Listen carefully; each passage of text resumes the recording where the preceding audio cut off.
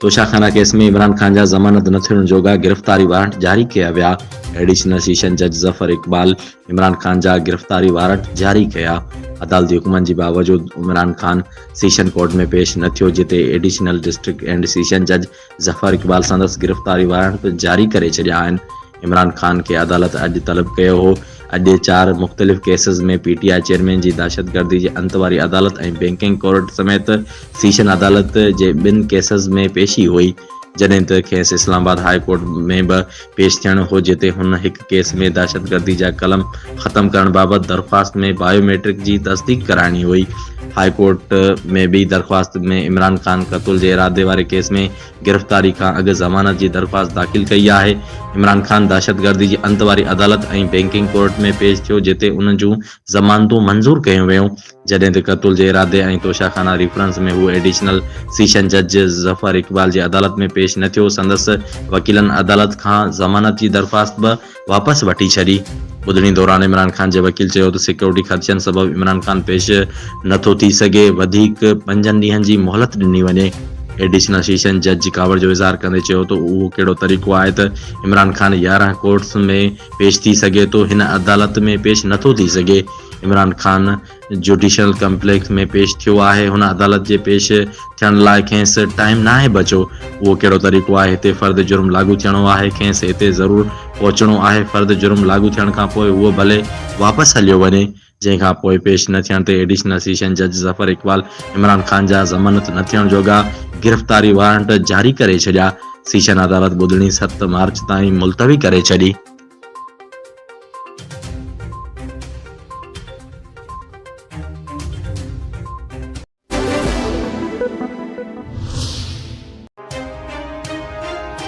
ओगरा petroleum शयुनि जी क़ीमतनि जी मुक़ररी वारी सामरी हुकूमत ॾांहुं उमाणे छॾी आहे, जंहिंमें पेट्रोल जी क़ीमत में ₹13.60 ताईं वाध जो इम्कान आहे। ज़रियनि मूजिबि ओगरा पेट्रोलियम शयुनि जी क़ीमतनि बाबति 2 तजवीज़ूं उमाणियूं आहिनि, जंहिंमें पेट्रोल ऐं डीज़ल ते 2 खां 5% फी लीटर जी GST लॻाइण जी बि तजवीज़ शामिल आहे।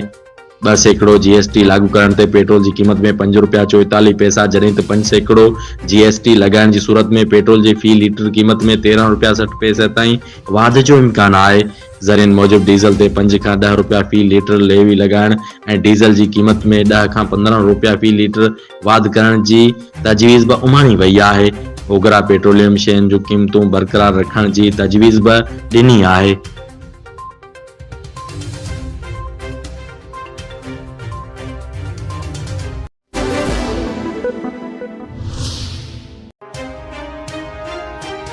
दहशतगर्दी जी अंत वारी अदालत बैंकिंग कोर्ट इमरान खान जी अबूरी ज़मानत मंज़ूर करे वरिती। इस्लामाबाद जी दहशतगर्दी जी अंत वारी अदालत इमरान खान जी अबूरी ज़मानत मंज़ूर करे वरिती। PTI chairman Imran Khan ATC Islamabad में पेश थियो। इमरान खान संगजानी थाणे में दाख़िल केस ते ज़मानत जी दरख़्वास्त दाख़िल कई हुई। अदालत उन खां अॻु इमरान खान जे पेश न थियण ते ज़मानत जी दरख़्वास्त रद्द करे छॾी हुई।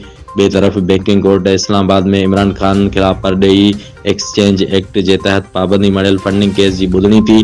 बैंकिंग कोर्ट इस्लामाबाद पाबंदी मढ़ियल फंडिंग केस में पीटीआई चेयरमैन इमरान खान जी ज़मानत वारी दरख़्वास्त मंज़ूर करे वरिती। इमरान खान जे जुडिशल कॉम्प्लेक्स पहुचण ते सख़्त बदनज़मी ॾिसण में आई। पीटीआई कारकुननि जुडिशल कॉम्प्लेक्स जा दरवाज़ा भञी छॾिया ऐं वॾे अंग में कारकुननि जुडिशल कॉम्प्लेक्स में दाख़िल थी विया। जे 11 जुडिशल कॉम्प्लेक्स ते सिक्योरिटी जा इंतज़ाम धरम भरम थी विया। पीटीआई कारकुननि समूरनि रंडकनि खे हटाए छॾियो। सिक्योरिटी एहलकार कारकुननि खे रोकण में मुकमल तौर ते नाकाम थी विया, जंहिं सबबि इमरान खान खे अदालत जे कमरे ताईं वठी वञण में सख़्त परेशानी खे मुंहुं ॾियणो पियो। यादि रहे त पीटीआई चेयरमैन इमरान खान अॼु 4 मुख़्तलिफ़ हंधनि ते पेशी जे लाइ इस्लामाबाद पहुतो आहे।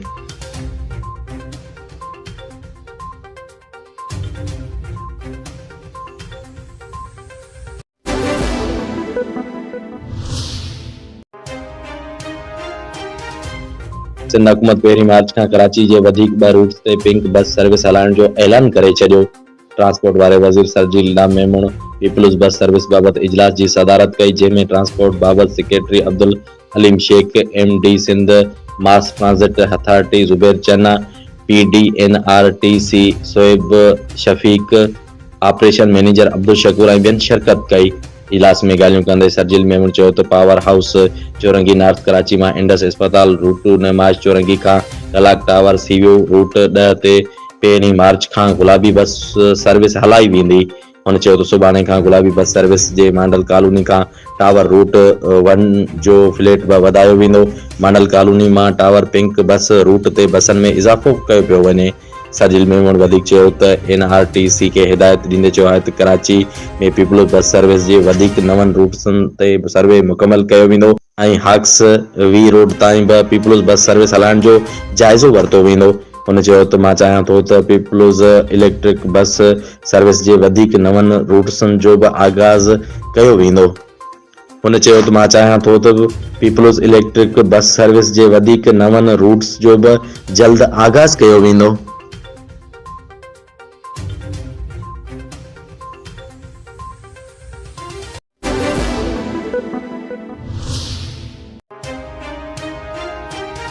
सुप्रीम कोर्ट जे जस्टिस काज़ी फ़ाइज़ ईसा ऐं जस्टिस यहया आफ़रीदी सुप्रीम कोर्ट में केस ॿुधण जे तरीक़े जो नोटिस वठी छॾियो।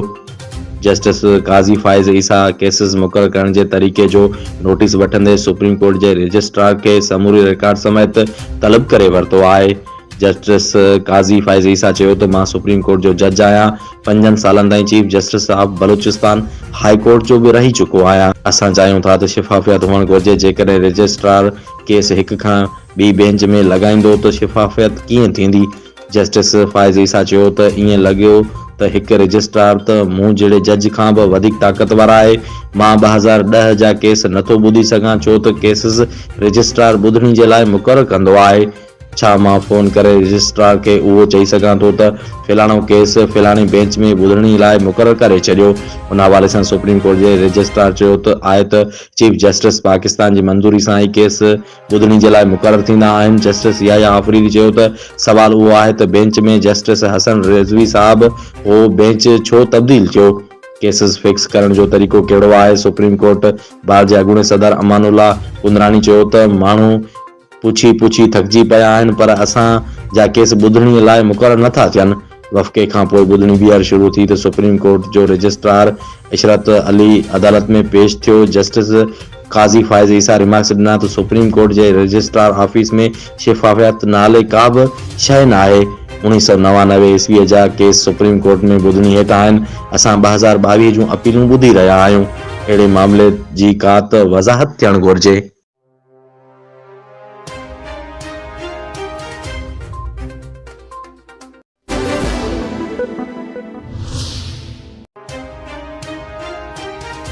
मरियम नवाज़ तरफ़ां अदालत सगोरी जे जजिस ख़िलाफ़ तनक़ीद ते अॻूणे attorney general Mansoor Khan chief justice खे ख़त लिखी छॾियो आहे।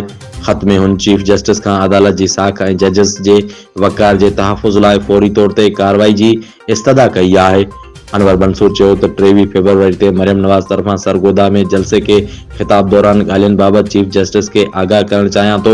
मुस्लिम लीग नून जी अॻुवाण मरियम नवाज़ सरगोदा जलसे में सुप्रीम कोर्ट ऐं जजिस ख़िलाफ़ ॻाल्हियूं कयूं ऐं अवाम खे बग़ावत लाइ भड़कायो। अॻूणे अटार्नी जनरल अनवर मंसूर चयो त मरियम नवाज़ बिना के सबूत जे जजिस ऐं सुप्रीम कोर्ट मथां इल्ज़ाम लॻाया। मरियम नवाज़ चूंडनि जे मामले ते सो मोटो केस बेंच जे मेंबरनि खे बि तनक़ीद जो निशानो बणायो। पर मंसूर मूजिबि जजिस ते तनक़ीद कंदड़नि जो मक़सद इंसाफ़ जे अमल ते असरअंदाज़ थियण ऐं रंडक विझण हो। मरियम नवाज़ ख़िलाफ़ तौहीन अदालत जी कार्रवाई अमल में आंदी वञे। अॻूणे अटार्नी जनरल अनवर मंसूर चयो त जस्टिस एजाज़ुल हसन ऐं जस्टिस मज़ाहर नक़वी नवाज़ शरीफ़ ख़िलाफ़ पानामा केस में बेंच जो हिसो रहिया। बिना कंहिं पकनि सबूतनि जे अदलिया ख़िलाफ़ अहिड़े क़िस्म जी ज़बान इस्तेमालु न करणु घुरिजे। अनवर मंसूर तरफ़ां लिखियल ख़त में चयो वियो आहे त मूंखे उमेद आहे त अदालत हक़ीक़तनि खे ॾिसंदे आइन जी बालादस्ती ऐं वक़ार जी तहफ़ुज़ खे आॾो रखंदे कार्रवाई कंदी।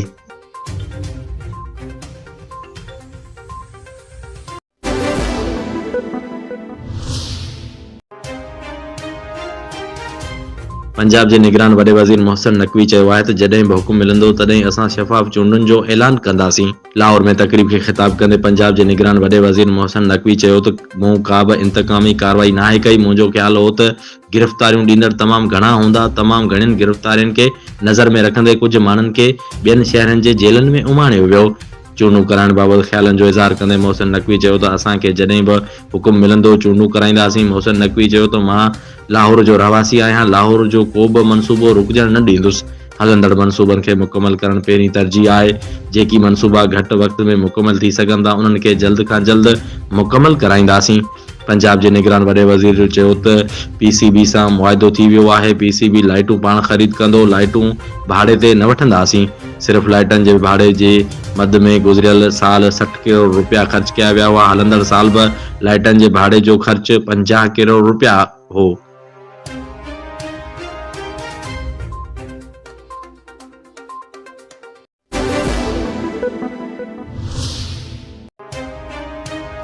शादी लाज भरसां ॻोठ नाथो लैल में ज़मीन जे तकरार तां लैल बिरादरी ऐं समा बिरादरी में जहिड़ो हिक ॿिए ते आम्हूं साम्हूं फायरिंग। जहिड़े जे नतीजे में 2 ॼणा मारिजी विया जॾहिं त 3 ॼणा सख़्त ज़ख़्मी थी पिया, जिन खे अस्पताल मुंतक़िल कयो वियो आहे। कलोई पुलिस कमांडोस जी मदद सां 6 ॼणनि खे गिरफ़्तार करे वरितो। पौतियुनि में 2 धुरनि जा 2 ॼणा राजा लैल ऐं दोदो समूह शामिल आहिनि, जॾहिं त ज़ख़्मियुनि में रहीम बख्श समूह, दातर ॾिनो लैल, हुसैन लैल शामिल आहिनि। कलोई, मिठी, डेपलो ऐं विञोठो खां पुलिस पहुची वधीक नुक़सान खां बचाए वरितो। पुलिस तरफ़ां ॻोठ भरिसां तकरारी बनी ते पुलिस पिकेट क़ाइम कई वई आहे। उन हवाले सां लैल बिरादरी जे माण्हुनि जो चवणु हो त असां सां ज़ुल्म थियो आहे। असांजी ज़मीन ते समा बिरादरी कब्ज़ो करे हथियारनि जा मुंहुं खोले स्कूली शागिर्द खे बेदर्दी सां क़तल करे छॾियो आहे।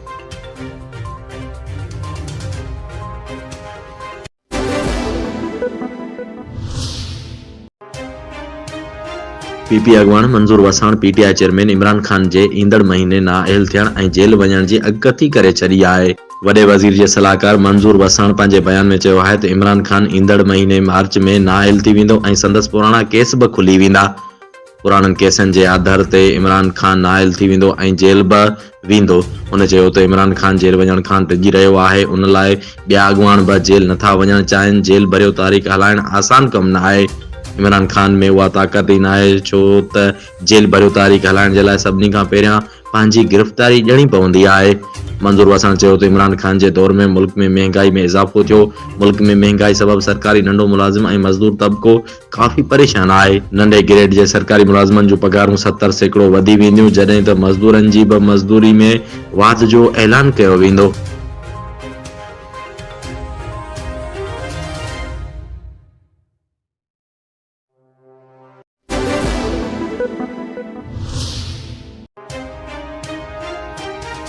लाड़काणे में भत्तो उगाइण जे इल्ज़ाम हेठि गिरफ़्तार कयल उस्ताद अॻवान GM अबड़ो खे 3 ॾींहनि जे जिस्मानी रिमांड ते पुलिस हवाले कयो वियो आहे।